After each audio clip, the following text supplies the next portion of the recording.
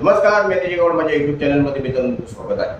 विषयाचं टायटल तुम्ही वाचलेत असेल की मनोज कुमार शिंदे यांची राष्ट्रवादी काँग्रेसच्या अलिबाग विधानसभा मतदारसंघाच्या कार्याध्यक्षपदी नेमणूक झाल्याने आमदार महेंद्र दळवी यांची डोकेदुखी वाढणार आहे.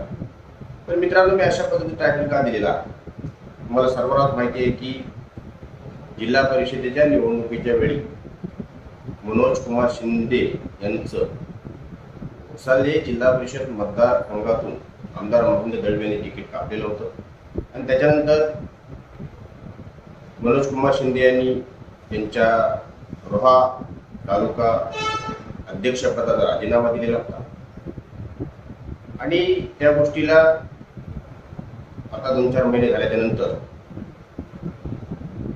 मनोज कुमार शिंदे यांनी 10 तारखेला ज्या वेळेला खासदार सुनील तटकरे यांचा वाढदिवस होता त्यावेळेला त्यांनी राष्ट्रवादी काँग्रेस पक्षामध्ये थेट पक्षप्रवेश केला आणि त्याच्यानंतर आपण त्यांची एक मुलाखती घेतली होती आणि त्या मुलाखतीमध्ये ते आमदार महेंद्र दळवी यांच्यावर कशा पद्धतीने नाराज होते हे तुम्ही त्यांच्या तोंडून ऐकलेले आहात. मग तो 26 गाव योजनेचा पाणी पुरवठ्याचा प्रश्न असेल, ते काम आमदार महेंद्र दळवी यांना जमलं नाही. रणजित पाटील यांच्या कार्यकालामध्ये आम्हाला पाणी प्यायला मिळत होतं, अशा पद्धतीने पक्ष सोडल्यावर त्यांनी त्यांच्यावर टीका टिप्पणी केली. लोकांना सांगायचं की मी राष्ट्रवादीचे खासदार सुनील तटकरे यांचा विरोधक आहे आणि रात्रीचं त्यांच्या घरी जेवायला जायचं, ही कामं आम्ही केलेली नाही आहेत. आणि मित्रांनो, त्या मुलाखतीच्या नंतर लगेचच थोडे दिवस गेले नाहीत तर मनोज कुमार शिंदे यांची खासदार सुनील तटकरे यांनी अलिबाग मतदारसंघाच्या कार्याध्यक्षपदी नेमणूक केलेली आहे. जर आपण पाहिलं तर अलिबाग मतदारसंघामध्ये सध्या राष्ट्रवादीला चांगल्या पद्धतीने स्कोप आहे. राष्ट्रवादीची अलिबागमध्ये एक जागा जिंकून आलेली आहे. त्याच्यानंतर मुरुडमध्ये त्यांना चांगले मतं मिळाली आहेत, शाळेमध्ये त्यांना चांगली मतं मिळालेली आहेत. त्याच्यामुळे जर आपण बघितलं तर राष्ट्रवादी काँग्रेसला 30,000च्या आसपास हे मतदान अलिबाग रोहा मतदारसंघामध्ये झालेलं आहे. आणि मित्रांनो, आताच मनोज कुमार शिंदे यांची अलिबाग विधानसभा कार्याध्यक्षपदी नेमणूक केल्यानंतर जर का आमदार महेंद्र दळवी आता तटकरेंच्या विरोधात बोलले तर त्याला पहिल्यांदा प्रत्युत्तर हे मनोज कुमार शिंदे करणार आहे. 2 दिवसापूर्वीच रामदास कदम यांनी सुनील तटकरे यांच्यावर टीका केली होती आणि त्या टीकेला कालच मनोज कुमार शिंदे यांनी लगेच प्रत्युत्तर दिलेलं होतं. मनोज कुमार शिंदे तुम्हाला माहिती आहे 25 वर्षाचा वकिलीचा व्यवसाय आहे आणि ज्यावेळेला ते शिंदे गटामध्ये होते त्यावेळेला ते नेहमी तटकरेंवर टीका करायचे. जर का आमदार महेंद्र दळवी यांच्या विरोधात कोण बोललं तर लगेचच त्यांना ते प्रत्युत्तर द्यायचं. मित्रांनो, खऱ्या अर्थाने अलिबाग मतदारसंघामध्ये जर आपण पाहिलं तर आमदार महेंद्र दळवी यांच्या विरोधात कोणीही विरोधक किंवा त्यांच्या सत्तेतले लोक कधीच बोलत नाही. हा विषय तुम्हाला चांगल्या पद्धतीने माहिती आहे. त्याच्यामुळे मित्रांनो, मनोज कुमार शिंदे हे आता नव्याने कार्याध्यक्ष झालेले आहेत आणि संपूर्ण अलिबाग रोहा म्हणजे हा जिल्हा परिषद मतदारसंघाचा कारभार त्यांच्याकडे आलेला. अशा पद्धतीने ते संपूर्ण जिल्हा परिषद मतदारसंघ त्यांच्या स्वतःच्या जिल्हा परिषद मतदारसंघासह उर्वरित 9 जिल्हा परिषद मतदारसंघामध्ये लक्ष घालतात, हे पाहणं अगत्याचं ठरणार आहे. जिल्हा परिषदेमध्ये त्यांची सत्ता आहे, त्यांचा उपाध्यक्ष आहे, त्यांच्याकडे बांधकाम सभापती पदे आहे, स्वतः सुनील तटकरे खासदार आहेत, अदितीताई मंत्री आहेत, अनिकेत तटकरे विधान परिषदेचे आमदार आहेत.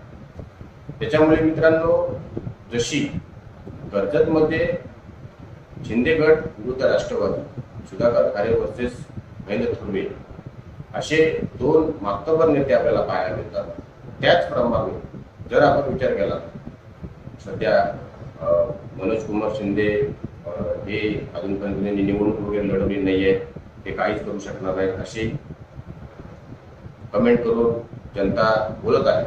परंतु मित्रांनो, एक सुशिक्षित ज्यावेळेला विरोधक तयार होतो त्यावेळेला त्याला त्या मतदारसंघामध्ये त्या विधानसभेची निवडणूक लढवायलाच पाहिजे असं नाहीये.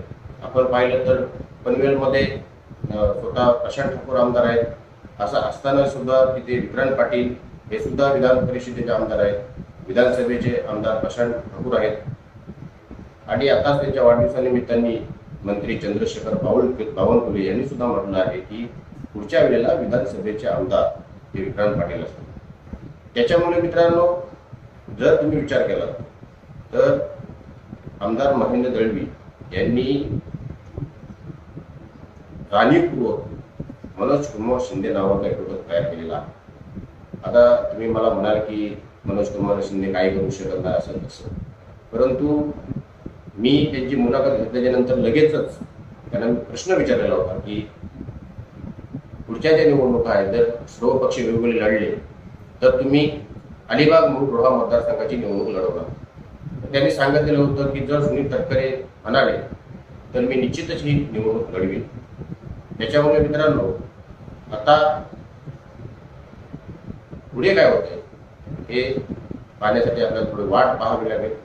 परंतु मनोज कुमार शिंदे हे सर्व बाजूने परिपूर्ण नेते आहेत.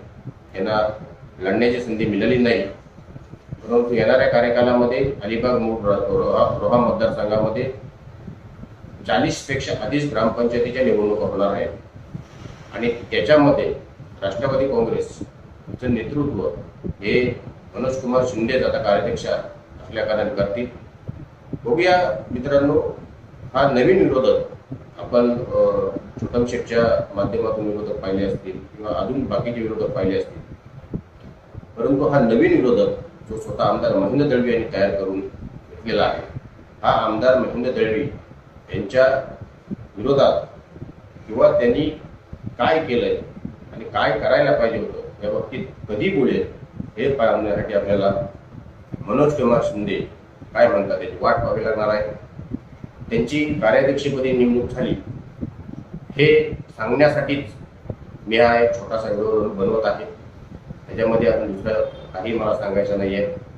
लवकरच मनोज कुमार शिंदे यांचं राज्यातही सरकार आहे, राज्यात सरकार आहे, खासदार आहे सुनील तटकरे. अलिबाग मूळ मतदारसंघातील जे काही त्यांच्याच मतदारसंघातील जे काही जनतेच्या समस्या आहेत त्या सोडण्यावर कितपत भर देतात हे काहीच करत नाही, हेही आपल्याला पाहावं लागणार आहे. तुर्तास मित्रांनो इथेच थांबतो. जर काम आवडलं असेल तर व्हिडिओला लाईक करा, शेअर करा. धन्यवाद.